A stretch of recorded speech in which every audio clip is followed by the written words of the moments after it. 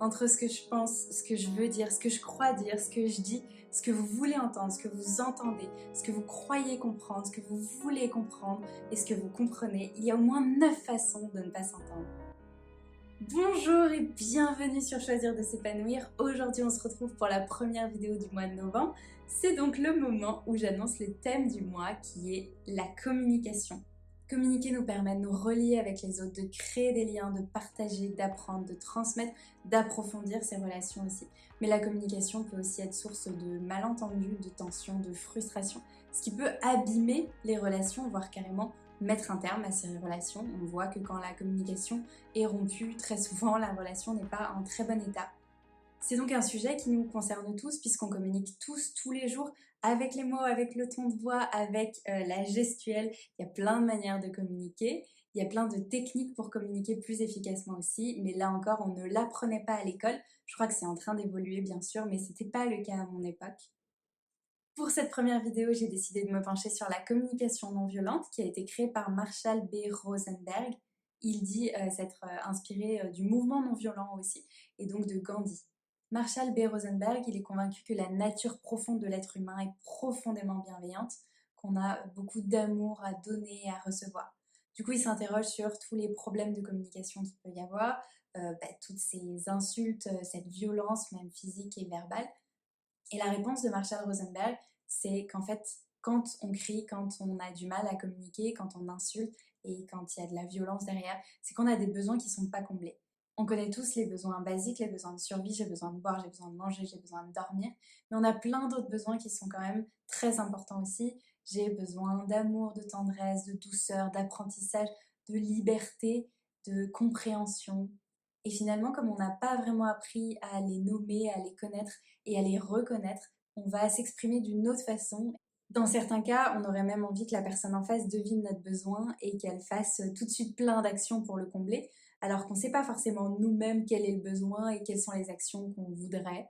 En fait, on sait très souvent ce qu'on ne veut pas, et c'est pour ça que quand on s'énerve, on dit à la personne qu'on n'aime pas ça, qu'on ne veut pas ça, mais c'est pas très constructif parce qu'on ne dit pas ce qu'on veut. Donc la personne, finalement, elle se retrouve là face à plein de reproches, mais elle ne sait pas ce qu'elle pourrait faire différemment. Un exemple concret pour un peu mieux comprendre, mon compagnon rentre et je lui dis dans tous les cas, tu m'aimes pas, tu t'occupes pas de moi, je suis pas importante pour toi. Donc il se retrouve face à des reproches qui sont généralisés, je ne parle pas d'un fait précis et j'ai tiré des conclusions finalement de plusieurs faits, donc on n'est pas sur quelque chose de très objectif. Il a plusieurs façons de réagir, il peut se braquer, et s'énerver finalement et partir ou vouloir arrêter de la conversation. Il pourrait aussi se dire, bon, elle se sent pas aimée, moi je l'aime, qu'est-ce que je pourrais faire? Allez, je vais lui acheter des fleurs. Il revient avec un gros bouquet de fleurs et moi, ça va encore plus m'énerver parce que je vais me dire, mais comment ça, il a acheté des fleurs, maintenant il a dépensé de l'argent, alors que moi, tout ce que je veux, c'est qu'il me prenne dans ses bras. Moi, j'ai un besoin de tendresse qui est très fort et qui en ce moment est pas du tout comblé. Et j'aurais vraiment envie de beaucoup plus de tendresse, de câlin. Et lui, il va acheter des fleurs. Sauf que lui n'a aucun moyen de le savoir puisqu'il n'est pas dans ma tête. Comment on fait pour s'exprimer en CNV? Il y a 4 phases. La première, c'est l'observation de la situation. On décrit la scène, on décrit ce qui a provoqué des émotions chez nous, mais de façon très objective. Comme si on voulait filmer la scène, comme si on voulait la dessiner. Et ça, c'est vraiment pas évident. C'est pour moi la phase la plus difficile. Parce que très souvent, on émet déjà des jugements, en fait, quand on a envie de s'expliquer avec quelqu'un et qu'on veut expliquer quel a été le fait déclencheur, on émet déjà des jugements. Par exemple, si je dis hier quand tu t'es énervé sans raison, il y a le sans raison. Ça montre que moi j'ai l'impression que c'est sans raison. Évidemment, il n'aura pas le même avis, c'est un jugement. Si je dis hier quand Sophie a pleuré parce qu'elle est trop sensible, il y a le trop sensible qui ne va pas. Et il y a aussi des adjectifs. Si je dis hier quand tu m'as rejeté, comment ça a rejeté, moi je peux pas le dessiner. C'est pas quelque chose d'objectif. Peut-être que j'ai voulu lui faire un câlin qui s'est détourné, c'est comme ça que je me suis sentie rejetée. Mais peut-être aussi que c'est moi qui voulais parler d'un sujet et qu'il n'a pas voulu en parler, que c'est comme ça que je me suis sentie rejetée. Dans tous les cas, c'est un jugement et il va pas forcément comprendre de quel fait je parle. Donc on n'est pas sur quelque chose d'objectif. Dans la même veine, il y aurait négligé, quand tu m'as ignoré, voilà, tout ça on évite. On évite aussi les toujours, jamais, souvent. hier, comme toujours, tu as été dévalorisant. Bon là, il n'y a rien qui va, évidemment, le dévalorisant, c'est un jugement, il y a toujours qui explique une généralité, alors que ce qui est important, c'est de parler d'un fait concret et de s'exprimer pour un fait précisément. Un exemple, ce serait de dire quand je vois les chaussettes sur le sol, là c'est objectif. Donc la phrase d'observation peut commencer par quand tu as fait, quand tu as dit, et là on peut citer la personne, quand je vois, par exemple, quand je vois la photo de ton ex-compagne sur le bureau. Voilà, par exemple. La deuxième étape, c'est d'exprimer les émotions, les sentiments qui sont liés à ce premier fait, à ce fait objectif dont on vient de parler. Je dis lié, mais le but c'est pas d'essayer de culpabiliser la personne, de lui dire à cause de toi je me suis sentie comme ça, surtout que sa responsabilité est toute relative puisque bien sûr mes émotions dépendent de la journée que j'ai vécue déjà, mais aussi de mes croyances, de mes valeurs, de moi tout simplement. S'il y avait trois personnes qui vivaient les mêmes faits, ils ne réagiraient absolument pas de la même manière. Donc voilà, c'est quand même important de garder sa responsabilité à ce niveau-là et de pas accuser l'autre personne. Dans tous les cas, c'est pas vraiment l'idée de la communication non violente, hein, puisqu'on est sur quelque chose de bienveillant, d'empathie, on essaye de se connecter de cœur à cœur et pas d'envenimer la dispute. Pour ce qui est des émotions et des sentiments, je vous renvoie quand même à mes deux grosses vidéos sur le sujet que je mets dans le i, qui seront quand même, à mon avis, assez utiles pour ça. Je vais donc sans plus tarder faire un exemple. Quand tu as dit hier que j'avais grossi, je me suis sentie déconcertée. Donc on a les deux premières parties. L'observation, quand tu as dit hier que j'avais grossi, il a dit tu as grossi, donc c'est une citation, on est bien sur une observation. Je me suis sentie déconcertée, c'est le sentiment qui est lié. Une dernière précision, c'est quand même important d'être dans le détail. Déconcerté, c'est quand même un mot qu'on n'utilise pas forcément tous les jours. J'en demande pas forcément autant, mais c'est important de ne pas dire je me sens mal, parce que mal, est-ce que c'est de la colère, de la tristesse, de la peur? On n'en a juste aucune idée, c'est pas du tout assez précis. La troisième étape, c'est d'exprimer son besoin, le besoin qui n'a pas été comblé.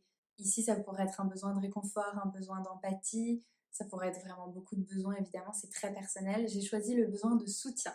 Donc dans l'exemple, ça fait hier, quand tu as dit que j'avais grossi, je me suis sentie déconcertée parce que j'ai besoin de soutien dans mon processus de perte de poids. On évite de confondre le besoin avec les moyens.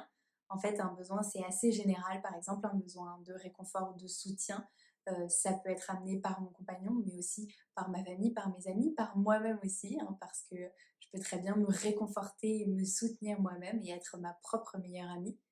Donc on évite les j'ai besoin que tu fasses ci, j'ai besoin que tu sois comme ça. Voilà, c'est assez logique, mais je voulais préciser. Et la dernière catégorie, c'est la demande. Faire une demande concrète, une demande qui pourrait contribuer à mon bien-être. Une demande, c'est pas une exigence, donc on s'ouvre à la possibilité que la personne puisse refuser, qu'elle n'ait pas envie, qu'elle n'ait pas le temps, etc. Une demande concrète, donc je ne vais pas dire j'aimerais que tu sois plus raisonnable ou encore j'aimerais que tu m'accordes plus d'attention. Là, on est sur quelque chose de beaucoup trop flou, on ne sait pas concrètement ce qu'on pourrait faire, la personne ne peut pas visualiser une action précise et concrète à faire, donc ce n'est pas une vraie demande. Dans mon exemple, ça pourrait être est-ce que tu penses que tu pourrais m'écouter parler de mon rendez-vous avec ma diététicienne pendant 15 minutes? Là, on est sur une demande qui est validée par la CNV, qui est vraiment concrète. La personne peut visualiser l'action que je lui demande de faire et elle peut même visualiser le temps que ça va lui prendre puisque j'ai précisé 15 minutes. En tout cas, travailler sur les demandes, moi, ça m'a beaucoup appris sur moi. Je me suis rendu compte que je faisais beaucoup de demandes floues, abstraites. Alors, je ne sais pas si c'est votre cas, mais en tout cas, je comprends mieux pourquoi certaines de mes demandes n'aboutissaient pas, parce que la personne en face pouvait se sentir un peu désemparée et se dire, bah voilà, je ne sais pas ce qu'elle me demande concrètement. Bon, bah, dans le doute, je ne fais rien. En résumé, la CNV, c'est beaucoup de choses. C'est le langage de la bienveillance et de l'empathie, mais on parlera d'empathie plus précisément dans une autre vidéo. Et la CNV en 4 points, c'est l'observation, le sentiment, le besoin et la demande. Donc c'est vraiment passé par ce cheminement de il y a eu ce fait qui a provoqué ce sentiment et puis je me suis rendu compte qu'il y avait ce besoin qui n'était pas comblé derrière et donc en fait aujourd'hui j'ai une demande concrète. Ça c'est l'idéal de la CNV. Inévitablement dans la vie quotidienne on fait ce qu'on peut et évidemment c'est pas grave de pas réussir à faire la phrase exactement mais c'est déjà l'idée d'enlever déjà pas mal de jugements quand on commence à s'expliquer avec quelqu'un. Je pense que c'est déjà une bonne première approche. Et je trouve que la CNV finalement c'est un peu comme une philosophie de bienveillance et d'empathie qui nous pousse à nous connecter au cœur de la personne en face et à vraiment mettre nos lunettes de bienveillance. En fait, il y a une personne en face de moi qui crie, qui profère des insultes a priori à mon égard, mais en fait derrière ces masques et derrière ces cris, il y a une personne blessée, en souffrance et il y a un besoin non comblé. Et finalement, c'est ce besoin qui crie. Ce n'est pas contre moi, c'est juste que la personne n'a pas trouvé d'autre manière de l'exprimer.